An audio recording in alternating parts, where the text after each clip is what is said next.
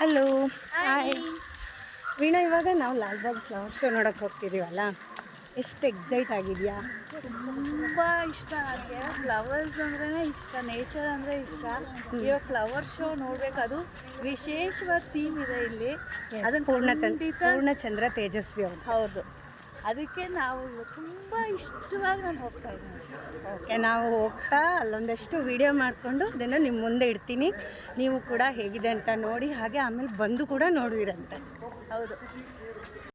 Hi friends, ಅನುಗ್ರಹ ಕಿಚನ್ಗೆ ಸ್ವಾಗತ. ನಾನು ನಿಮ್ಮ ಉಷಾವಿ ಭಟ್.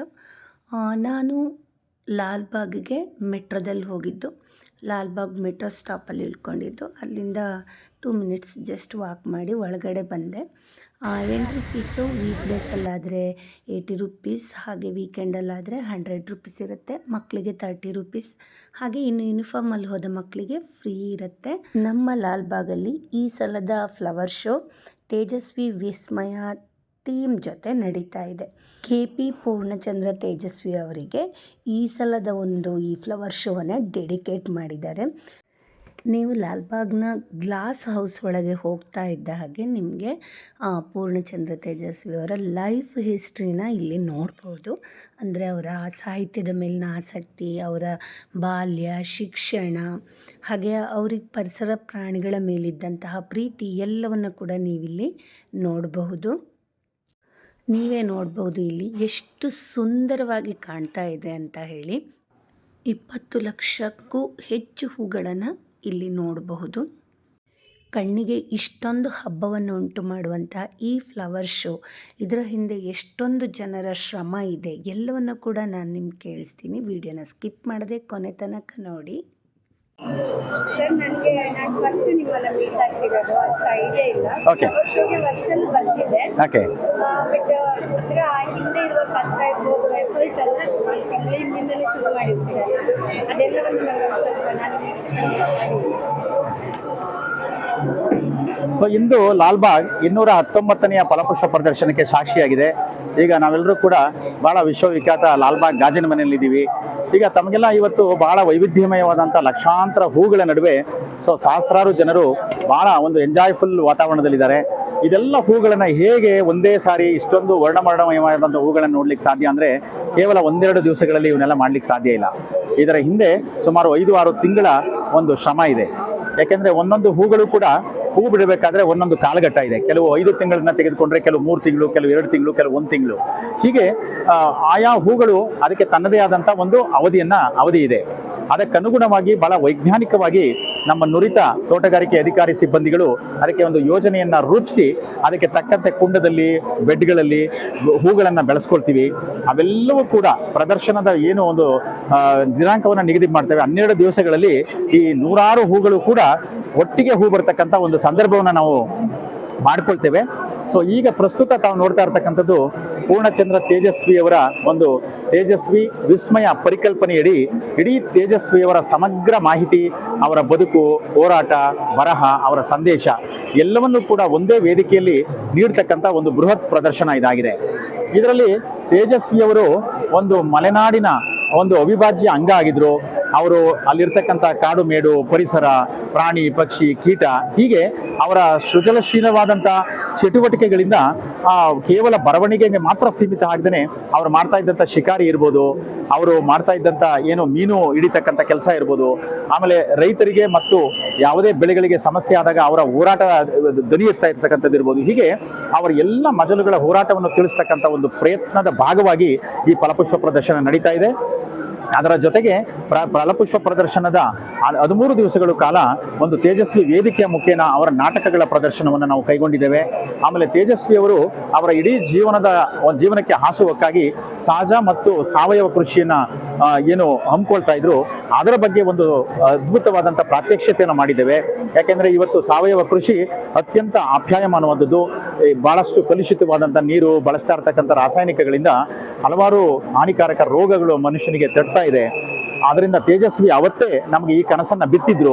ಅದು ಇವತ್ತು ಅತ್ಯಂತ ಪ್ರಸ್ತುತವಾಗಿದೆ. ಅದನ್ನು ಮತ್ತಷ್ಟು ಪರಿಣಾಮಕಾರಿಯಾಗಿ ನಾವೆಲ್ಲರೂ ಬಳಸಬೇಕು ಅಂತಕ್ಕಂಥ ದೃಷ್ಟಿಯಿಂದ ಅದರ ಬಗ್ಗೆ ಸಮಗ್ರ ಮಾಹಿತಿಯನ್ನು ಕೊಡ್ತಕ್ಕಂಥ ಒಂದು ವೇದಿಕೆಯನ್ನು ಕೂಡ ನಾವು ಮಾಡಿದ್ದೇವೆ. ಸೊ ಈ ಒಂದು ಪ್ರದರ್ಶನಕ್ಕೆ ಎಲ್ಲ ಶಾಲಾ ಮಕ್ಕಳಿಗೆ ಉಚಿತ ಪ್ರವೇಶವನ್ನು ಕಲ್ಪಿಸಿದ್ದೇವೆ. ಪ್ರತಿದಿನ ಸಹಸ್ರಾರು ಜನರು ಬಂದು ಈ ಪ್ರದರ್ಶನವನ್ನು ಕಣ್ತುಂಬಿಕೊಳ್ತಾ ಇದ್ದಾರೆ. ಇನ್ನು ಹೆಚ್ಚು ಹೆಚ್ಚು ಜನರು ಸುಮಾರು 26ನೇ ತಾರೀಕು ಜನವರಿವರೆಗೂ ಕೂಡ ಈ ಪ್ರದರ್ಶನ ಇರುತ್ತೆ. ದಯಮಾಡಿ ಮೆಟ್ರೋ ಫೆಸಿಲಿಟಿಯನ್ನು ಬಳಸಿ ಬಂದು ಪ್ರದರ್ಶನವನ್ನು ನೋಡಿ ಇದನ್ನು ಆನಂದಿಸಬೇಕು ಅಂತಕ್ಕಂಥದ್ದು ತೋಟಗಾರಿಕೆ ಇಲಾಖೆಯ ವಿನಮ್ರ ಕೋರಿಕೆಯಾಗಿದೆ. ಧನ್ಯವಾದಗಳು.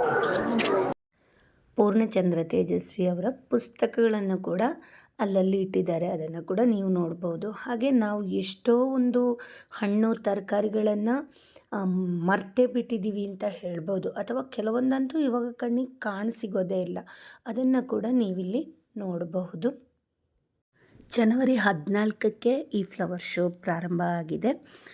ನಾನು ನಿನ್ನೆ ಹೋಗಿದ್ದೆ. ವೀಕ್ ಡೇಸ್ ಆಗಿರೋದ್ರಿಂದ ಅಷ್ಟೊಂದು ರಶ್ ಇರಲಿಲ್ಲ. ಹಾಗಾಗಿ ಆರಾಮವಾಗಿ ನೀಟಾಗಿ ಎಲ್ಲವನ್ನು ಕೂಡ ನಾನು ನೋಡಿಕೊಂಡು ಕಣ್ತುಂಬಿಸ್ಕೊಂಡು ಬರೋದಕ್ಕೆ ನನಗೆ ಸಮಯ ಬೇಕಾದಷ್ಟು ಸಿಕ್ತು. ಇವಾಗ ಮಕ್ಕಳಿಗೆಲ್ಲ ಓದೋದು ಬರೆಯೋದು ಇಷ್ಟೇ ಮಾಡೋದ್ರಿಂದ ಅವ್ರ ನೆನಪಲ್ಲಿ ಕೆಲವೊಂದು ಉಳಿಯದೇ ಇರ್ಬೋದು. ಈ ಥರ ಇಷ್ಟು ಚೆನ್ನಾಗಿ ಪೂರ್ಣಚಂದ್ರ ತೇಜಸ್ವಿ ಅವರ ಒಂದು ಜೀವನ ಚರಿತ್ರೆಯನ್ನು ಇಲ್ಲಿ ತೋರಿಸಿದಾರಲ್ಲ, ಇದನ್ನು ನೋಡಿದರೆ ಮಕ್ಕಳಿಗೆ ಖಂಡಿತ ಅದು ನೆನಪಲ್ಲಿ ಉಳಿಯುತ್ತೆ. ನಮಗೂ ಅಷ್ಟೇ ನೋಡೋದಕ್ಕೆ ತುಂಬಾ ಏನಂತೀವಿ ಇಷ್ಟ ಆಗಿತ್ತು. ವ್ಯಂಗ್ಯ ಚಿತ್ರಗಳ ಮೂಲಕ ಪೂರ್ಣಚಂದ್ರ ತೇಜಸ್ವಿ ಅವರ ಒಂದು ಲೈಫ್ ಹಿಸ್ಟ್ರಿನ ತುಂಬ ಚೆನ್ನಾಗಿ ತೋರಿಸಿದ್ದಾರೆ. ತುಂಬಾ ಚೆನ್ನಾಗಿತ್ತು. ನೀವು ಬೆಂಗಳೂರಲ್ಲಿದ್ದರೆ ಖಂಡಿತ ಈ ಫ್ಲವರ್ ಶೋನ ಮಿಸ್ ಮಾಡ್ಕೋಬೇಡಿ, ತುಂಬಾ ಚೆನ್ನಾಗಿದೆ.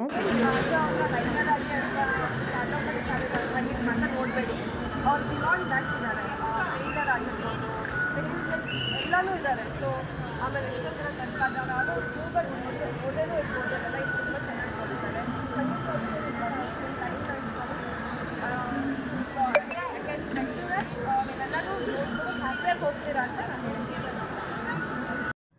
ಹಾಗೆ ನೀವಿಲ್ಲಿ ಕುವೆಂಪು ಅವರ ಮಂತ್ರಮಾಂಗಲ್ಯ ಥೀಮನ್ನು ಕೂಡ ನೋಡಬಹುದು. ಚಿಕ್ಕಪೇಟೆ ಹಾಗೂ ಮಾರ್ತಾಹಳ್ಳಿ ಸುದರ್ಶನ್ ಸಿಲ್ಕ್ ಅವರು ಅರ್ಥಪೂರ್ಣ ಮದುವೆಗೆ ಸ್ಪಾನ್ಸರ್ ಮಾಡ್ತಾ ಇದ್ದಾರೆ. ಹಾಗೆ ನಮಗೆ ಸುದರ್ಶನ್ ಸಿಲ್ಕ್ ಅವರಿಂದ ಒಂದು ಪುಟ್ಟ ಗುಡ್ಡಿ ಬ್ಯಾಗ್ ಕೂಡ ಸಿಕ್ತು. ನೋಡೋದಕ್ಕೆ ಎಷ್ಟೊಂದು ಚೆನ್ನಾಗಿದೆ ಅಲ್ವಾ ಈ ಸಲದ ಫ್ಲವರ್ ಶೋ. ಮಂತ್ರಮಾಂಗಲ್ಯ ಅಂದರೆ ಏನು ಅಂತ ನಿಮಗೆ ಗೊತ್ತಿದೆಯಾ ಇಲ್ವಾ? ಹಾಗಿದ್ರೆ ಬನ್ನಿ ನನ್ನ ಜೊತೆ ನೀವು ಕೂಡ ಕೇಳಿಸ್ಕೊಳ್ಳಿ. ಮಂತ್ರಮಾಂಗಲ್ಯ ಆ ಕಾನ್ಸೆಪ್ಟ್ ನನಗೂ ತುಂಬಾ ಇಷ್ಟ. ಏನಕ್ಕೆ ಅಂತಂದರೆ ಆಡಂಬರದ ಮದುವೆ ಎಷ್ಟೊಂದು ಜನಕ್ಕೆ ಮದುವೆ ಆಗೋಕ್ಕೆ ಕಷ್ಟ ಇರುತ್ತೆ ಅಂದ್ಬಿಟ್ಟು, ಸೊ ಕುವೆಂಪು ಅವ್ರು ಏನು ಮಾಡಿದ್ರು, ಅವ್ರು ದುಡ್ಡಿರಲಿ ದುಡ್ಡಿಲ್ಲದೆ ಇರಲಿ ನಿಮ್ಮದು ಚೆನ್ನಾಗಿರಲಿ ಜೀವನ ಅಂತ ಜಸ್ಟ್ ಒಂದು ಪುಸ್ತಕದ ಮೂಲಕ ಎಕ್ಸ್ಚೇಂಜ್ ಮಾಡಿಕೊಂಡು ಒಂದು ದೇವಸ್ಥಾನದಲ್ಲಿ ಮದುವೆ ಆಗೋದನ್ನ ಮಂತ್ರಮಾಂಗಲ್ಯ ಅಂತ ಕರೀತಾರೆ. ಸೊ ಅದನ್ನ ಕುವೆಂಪು ಅವರು ಅವ್ರ ಮಗನಿಗೆ ಫಸ್ಟ್ ಮಾಡ್ತಾರೆ. ಅವರೇ ರೋಲ್ ಮಾಡೆಲ್ ಆಗಿ, ಅಂದರೆ ಅವ್ರ ಮಗಂದಕ್ಕೆ ಮದುವೆ ಮಾಡಿಸ್ತಾರಲ್ಲ, ಸೊ ಅದಕ್ಕೆ ಅದು ತುಂಬ ಪಾಪ್ಯುಲರ್ ಆಗುತ್ತೆ.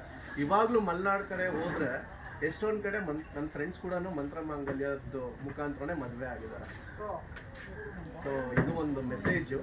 ಇದನ್ನ ಸುದರ್ಶನ್ ಸಿಲ್ಕ್ಸ್ ಅವರೇ ಪ್ರಮೋಟ್ ಮಾಡ್ತಾ ಇದ್ದಾರೆ ಆ್ಯಕ್ಚುಲಿ. ಸೊ ಫ್ಲವರ್ ಶೋ ನೋಡೋದ್ರ ಜೊತೆಗೆ ನೀವಿಲ್ಲಿ ಬೇಕಾದಂಥ ಫ್ಲವರ್ಸ್ ಪ್ಲ್ಯಾಂಟನ್ನು ಕೂಡ ಖರೀದಿ ಮಾಡ್ಕೋಬೋದು. ಇಷ್ಟೇ ಅಲ್ಲದೆ ಕೆಲವೊಂದು ಸ್ಟಾಲ್ಸು ಹಾಗೆ ಕೃಷಿಗೆ ಸಂಬಂಧಪಟ್ಟಿದ್ದು ಕೂಡ ಇತ್ತು, ಅದನ್ನು ನಾನು ವಿಡಿಯೋ ಮಾಡೋದಕ್ಕಾಗಿಲ್ಲ. ಫ್ಲವರ್ ಶೋ ಮುಗಿಯೋದ್ರೊಳಗೆ ನೀವು ಕೂಡ ವಿಸಿಟ್ ಮಾಡಿ, ಹಾಗೆ ನನ್ನ ವಿಡಿಯೋನ ನೋಡಿ ಪ್ರೋತ್ಸಾಹ ಮಾಡ್ತಾಯಿರಿ. Thanks for watching.